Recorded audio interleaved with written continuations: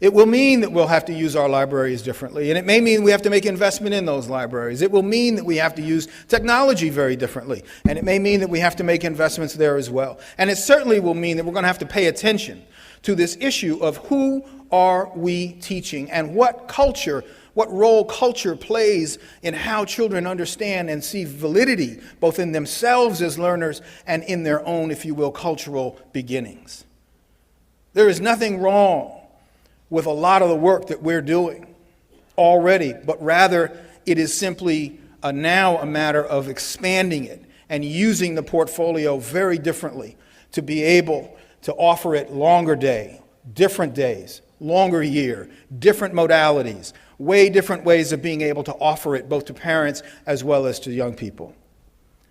What I know is that if we do not get this right, this is a genie that unfortunately undermines everything we may want to do on the budget side. Because if you don't get literacy right on the front end, you chase it like Pac-Man. You chase it through the rest of the years and you never, ever catch it. It's the one game of Pac-Man that we will never win. It just eats every discretionary dollar. It forces you to chase and build and adapt and ultimately redo and hope that somewhere along the line someone will do finishing school around this fundamental skill of being able to read. Really, really important. So it will not be up to us to figure out what you should do. I can give you lots of things that I've done in other cities, but to be honest with you, and in due deference to local control, which I have heard way lots about,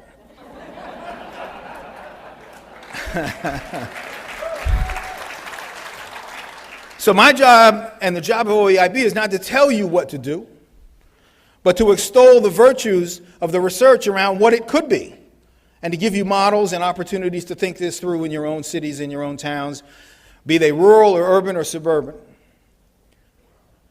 The second issue and the second investment that I think is going to be really important for us to have a conversation about is this whole question of teaching. It would follow, therefore, if we were talking about being able to read and do other disciplines, if you will, very differently, then certainly how we teach it is going to be of critical importance. Now, as I said to you, I was a teacher, and I remember teaching my first class as a ninth grade English teacher in Pasadena, California, and I loved the book, at least I did, the book at that time, Jonathan Livingston Seagull. And I was just blown away. It was almost like a 21st century version of the Animal Farm, of Orwell's Animal Farm. And I could just imagine these birds doing loop-de-loops and slow rolls and talking to each other as they fly about and trying to figure out all of the metaphors of the day in this book. And I thought, well, certainly my ninth grade class is just going to love this. Ninth grade, urban, predominantly black and Latino and poor white students from Pasadena, California. Surely they will love birds talking and flying and doing loop-de-loops and slow rolls, paragraph after paragraph. And I remember thinking the very first day, boy, they're just going to love this. I've gotten a book for everybody. I had one up. All they had to do is come up, sign out their book, come back to their seat, and we are going to read today. And I did it exactly as I was taught. Open your book, please. Boys and girls, I'd like you to start on page 4. Who would like to read the first paragraph? And I mean, it was one of those moments where, you want to strike a pose. My first day of teaching. Who would like to read page 4, the first opening paragraph of this wonderful book that you are better love? And I saw no hands at all. And so I called on someone. James was his name. I said, James, come up. You read the opening paragraph. He said, no, I'm fine. I said, no, James, come on, man. You can do this. He said, no, I'm fine.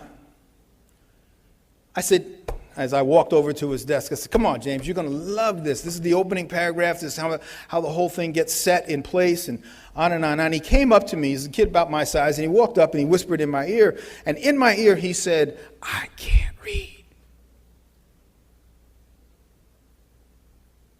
Now, in today's parlance, what young people would say is, don't out me. Don't out me. Don't let the women know, these beautiful young ladies in class, don't let them know that all this size and bulk and all this sociability and all this genius that I have on the one side of my life is not met by the genius and the confidence to be a reader. And as a teacher, I did not know what to do with that moment.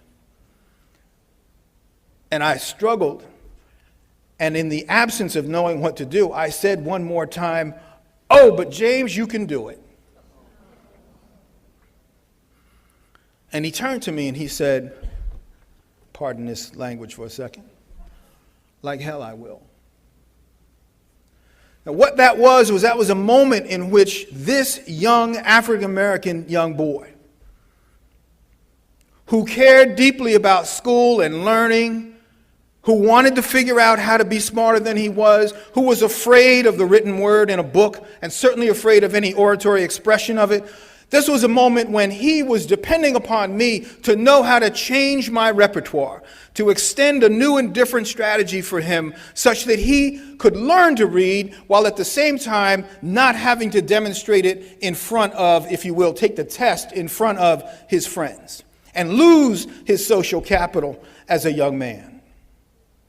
You see, these children that came up here today, they walked up here with the full Monty of social capital.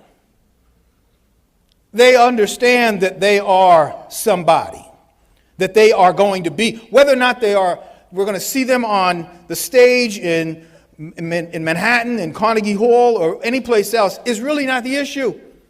What they know is, I did the job today. My effort showed up in front of everybody today, and it was well received. James did not know that. And we have in this state countless children for whom that is an open question in their mind. And the question of teaching and the question of whether or not we're going to invest in teachers is not a question that is framed by whether or not we hold teachers accountable. It's whether or not we actually enable them to be 100% of what they can be as a profession.